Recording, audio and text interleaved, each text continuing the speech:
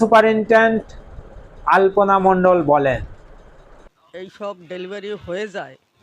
Delivery বাচ্চাটা আমি নিজে তদন্ততে গেছি, তদন্ততে গিয়ে দেখি ওরা বলতেছে ম্যাডাম এটা আল্ট্রাসাউন্ড পেইন হচ্ছে, পেইনের আগেই আল্ট্রাসাউন্ড করছে, আল্ট্রাসাউন্ড করার সাথে সাথে প্রচুর পেইন হচ্ছে, পেইনের সাথে সাথে মাথা দেখা যাচ্ছে অলরেডি। তখন ওরা করছে কি, লেবার টেবিলের ভিতর নিয়ে গেছে, নিয়ে একজনের লেবার টেবিলে কাজ করতেছে, লেবার অলরেডি বাচ্চার ডেলিভারি ভালোভাবে হয়েছে। তো একটু ভ্যাজাইনালে একটু টিয়ার হয় এই সব ক্ষেত্রে, একটু টিয়ার হয়েছে, টিয়ার হওয়ার পরে ওরা সেলাই দিছে সিস্টাররা, সেলাই টেলাই দেওয়ার পর ওকে সব কিছু ওকে। তো আরেকজন গেছে, দেখে অল্প অল্প ব্লিডিং হয়, অল্প ব্লিডিং হওয়ার পরে ওরা করছে কি, যখন দেখতেছে যে ব্লিডিং একটু একটু আসতেছে এবং বাড়ছে, তখন ম্যাডামদের সবাইকে ডাকছে। কেলি ম্যাডাম আছেন, তারপরে বল্লভ ম্যাডাম আছেন, ওই আরেক ম্যাডাম ছিলেন, সবাই গেছে।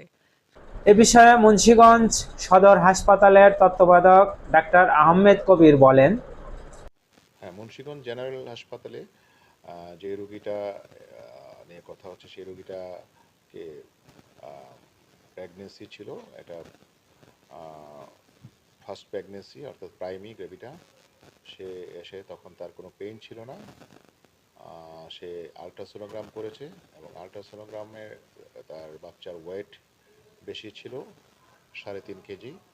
এবং আলট্রাসোনোগ্রাম করা অবস্থায় ওই রুমেই তার লেবার পেইন শুরু হয় এবং পেইন এত তীব্র আকার ধারণ করে যে ওখানে যে সিস্টার ছিল সে সাথে সাথে আমাদের হাসপাতালে লেবার ওয়ার্ডে নিয়ে যায়।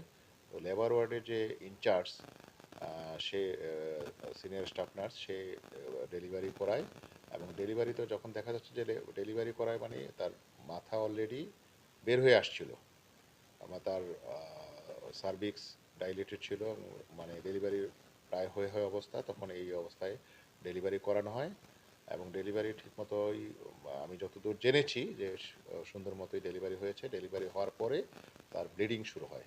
প্রথম অল্প অল্প ব্লিডিং ছিল, পরবর্তীতে ব্লিডিংটা যখন একটু বেশি হয় তখন ওই সিনিয়র স্টাফ নার্স আমাদের একজন মেডিকেল অফিসার গাইনিতে যিনি কাজ করেন তাকে কল দেয়। পরে আরেকজন মেডিকেল অফিসার যান, তারা দুইজন চেষ্টা করেন, চেষ্টা করার পর ব্লিডিং যখন অত্যধিক বেড়ে যায় তখন আমাদের আরএস অর্থাৎ রেসিডেন্ট সার্জন ডাক্তার ইয়াসমিনকে কল দেয়।